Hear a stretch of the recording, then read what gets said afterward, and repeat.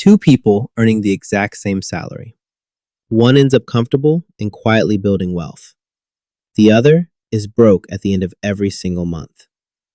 The difference is not how hard they work or how smart they are. It's this list.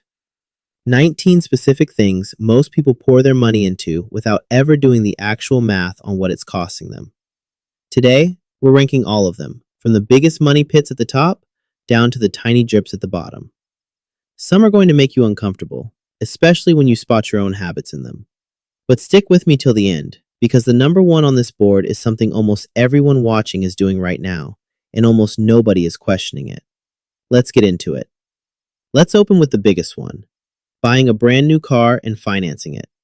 The second you drive that car off the lot, it's worth around 20% less than what you paid. 3 years in, it's worth roughly half, and you're still paying interest on the full original price. Meanwhile, a 3-year-old version of the exact same car with the same features costs about half. The person who bought it new ate all the depreciation instead of you. The wealthy almost universally buy used cars for this exact reason, and financing a new one is one of the worst regular person financial decisions there is. It feels great until you look at 5 years from now and realize you've paid $60,000 for a car worth 15. Absolute money pit. Straight to the top. Now to daily premium coffee. The $6 latte every single weekday before work. Yes, I know the "you'll go broke from coffee" thing has become a meme, but the math is still real.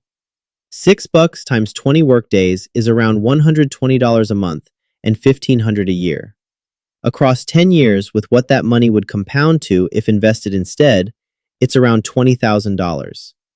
That's a down payment on a house for coffee you can make at home in 3 minutes. Nobody's saying never drink coffee. The trap is the every single day default mode version that adds up across decades while you don't even notice. Slow bleeder. B tier. Next. Lottery tickets and gambling. There's a saying I heard once that the lottery is a tax on people who are bad at math. Maybe harsh, but the numbers really don't lie.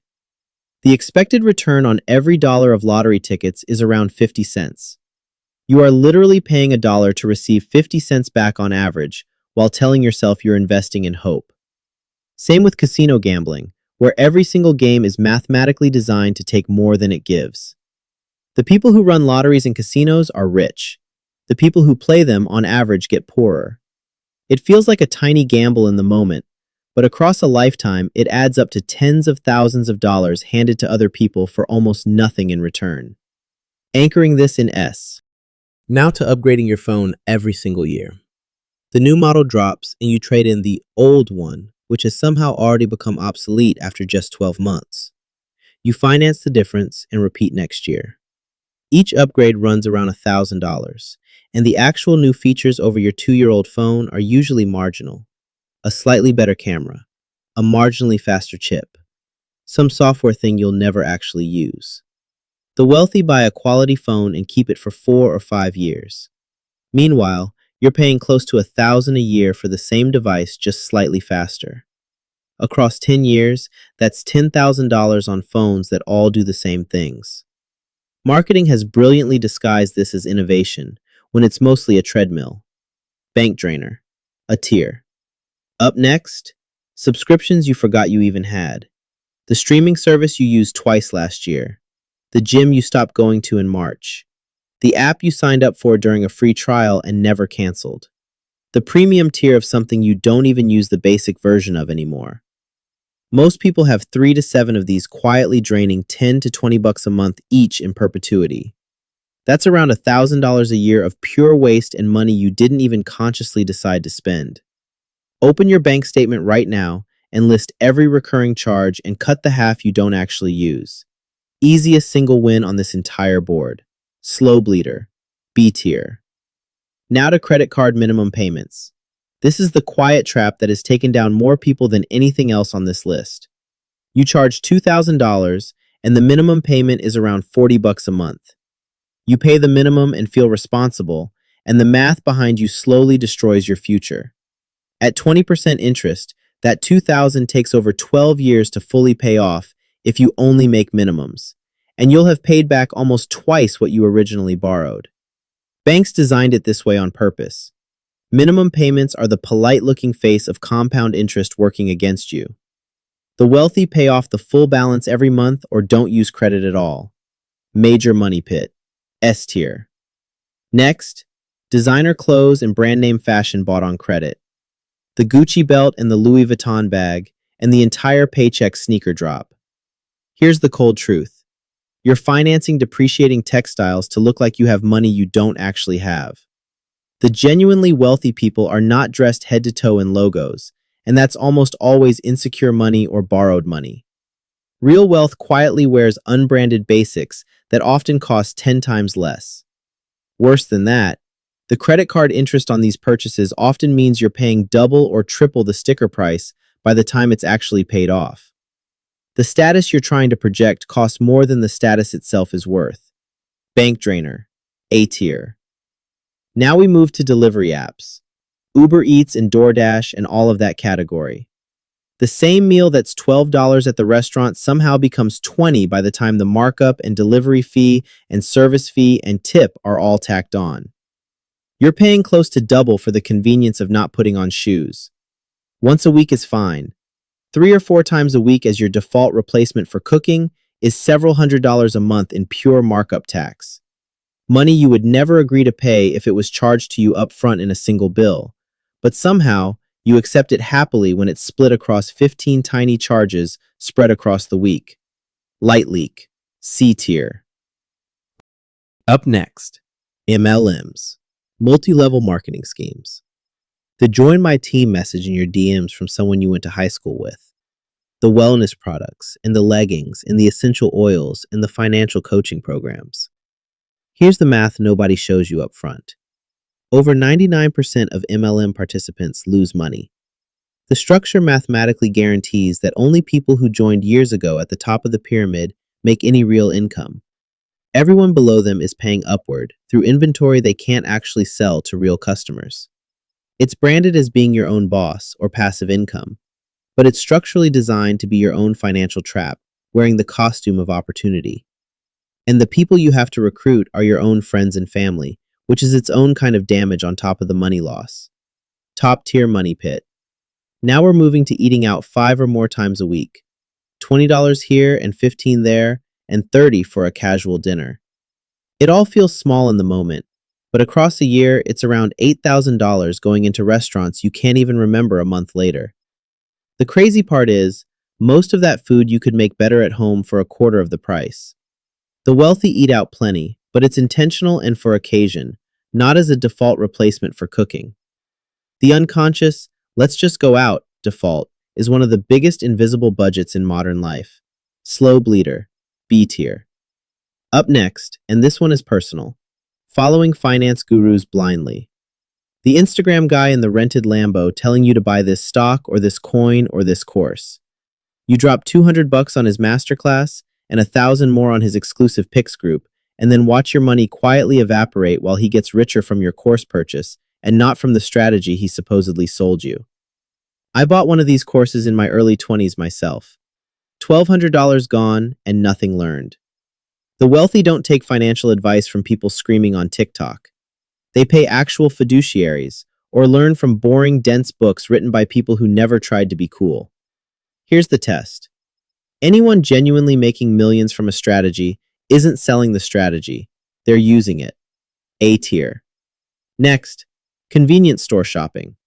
The $2 bottle of water at the gas station that costs 30 cents in a grocery store. The $4 snack pack of chips, the $7 sad-looking sandwich. Convenience stores exist on a single business model, which is to charge 2 to 4 times what something is worth to people who couldn't or didn't plan ahead. Doing it occasionally is fine. Doing it 3 times a day as a default with a drink in the morning and a snack at lunch and candy in the afternoon quietly costs more than your phone bill every single month, and most people don't even register it. Light leak. C tier. Now to the big wedding. The $30,000 single day. The dress and the venue and the photographer and the open bar and the flowers that die 2 days later. Celebration absolutely matters. But starting a marriage with 20 grand of debt is one of the worst financial decisions you can make, because money fights are the single biggest cause of divorce in the world. You're literally creating the problem that will threaten the thing you just promised to protect. The same money used as a down payment on a home or an emergency fund or even a small business would compound into real wealth over time. The day itself is over in 8 hours. The debt lasts 7 years. A tier. Up next, drink culture. Bars and clubs every weekend at $50 to $100 a night minimum. Nothing wrong with going out sometimes, but the default of every Friday and Saturday without ever questioning it eats more money than most people realize. $200 a weekend is $10,000 a year. The wealthy go out plenty too, but they often go to places where they're investing in connections or experiences, and not just buying overpriced cocktails on autopilot. The pure default mode, let's just go drink pattern, is one of the bigger invisible budget killers in your 20s and 30s. Slow bleeder, B tier. Now to vacations on credit cards. The treat yourself, you deserve this trip that takes 18 months to pay off. The week in Bali was beautiful. The $13,000 you'll have paid by the time it's all done between principal and interest is significantly less beautiful. The wealthy travel constantly, but they travel with money they actually have. Putting a vacation on credit is mathematically the same thing as paying double for the trip. The memories from the cheaper, well-planned version are exactly as good as the financed luxury version, and the price tag is the only thing that's actually different. Bank drainer, A tier. Now, smoking and vaping. Putting the health stuff entirely aside, the purely financial math is brutal. A pack-a-day habit in most countries is somewhere between $2,000 and $4,000 a year, every single year. Across 30 years with compound interest, if that money had been invested instead, you're looking at $250,000 or more lost. People know cigarettes hurt their lungs. Far fewer realize they're also quietly handing over a small fortune across the decades. Vaping isn't significantly cheaper in the long run either.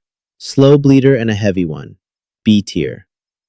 Now to brand name groceries, when the generic version is sitting right next to them. Most generic store brand products are made in the exact same factories by the exact same companies with the exact same ingredients. They just don't pay for advertising or the fancy packaging. The price difference is often 30 to 50%. Across a year of groceries, that's hundreds of dollars going purely into the appearance of brand. The wealthy buy generic when it's literally the same product underneath.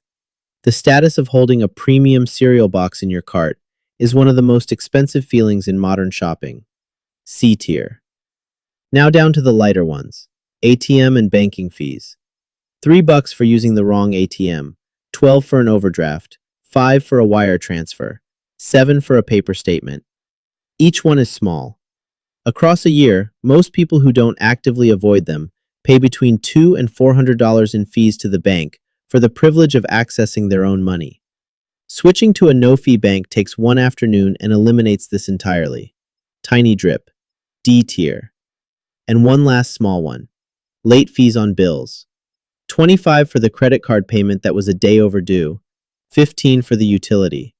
50 for the rent if your landlord is strict. These are entirely avoidable with a calendar reminder or autopay set up exactly once. But together, they can quietly add up to several $100s a year. Pure lost money in exchange for not having a system. Easiest fix on the entire board, and one afternoon of setup saves you for life. Barely a drip. D tier. And listen before you go. If you sat through this whole thing and you saw yourself in a couple of these, that's actually the most useful 20 minutes you've spent in a while. Because the people who can't see this stuff in themselves never fix it. They live their entire lives wondering why money is so tight despite earning okay. You're not them. You stayed and watched, and you didn't get defensive and you let it land. That alone tells me exactly who you are. So if even one of these landed, do me a favor and hit the like, because it's how this finds the next person who needs to see the math. And if you want to keep finding the patterns nobody around you is naming, subscribe and ride with me. We don't soften this stuff here. We name it. Then drop it in the comments. What's your S tier? Which money pit have you been pouring into? Be honest. I'll be reading every single one. Catch you in the next one.